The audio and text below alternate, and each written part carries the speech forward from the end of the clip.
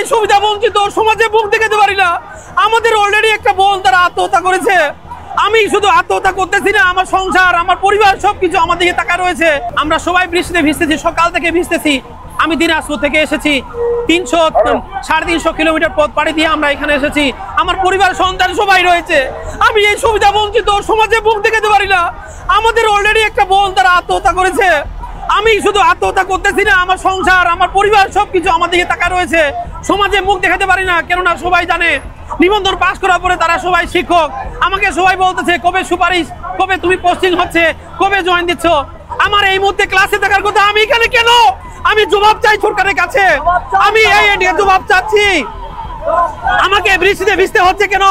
আমি একজন উচ্চ শিক্ষিত, বাংলাদেশের মাস্টার্স কমপ্লিট, আমি MBA কমপ্লিট।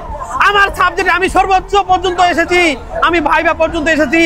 আমাকে ভাই একটি প্রশ্ন আটকাতে পারে নাই। আমি পর্যাপ্ত কোয়ালিফিকেশন নিয়ে আমি এখানে এসেছি। আমি বঞ্চিত কেন? আমি এর জবাব চাই সরকারের কাছে। এবং আমাদের শিক্ষা উপদেষ্টা থেকে শুরু করে আমাদের প্রতি যে জুলুম করা হয়েছে, এটাই এক প্রকার জুলুম, ইসলামী জুলুম। আমরা মুসলিম, আমাদের এই বৃষ্টিতে ভিজতে আল্লাহর কাছে আমরা এই সুপারিশ চাচ্ছি এবং দেশের কাছে চাচ্ছি।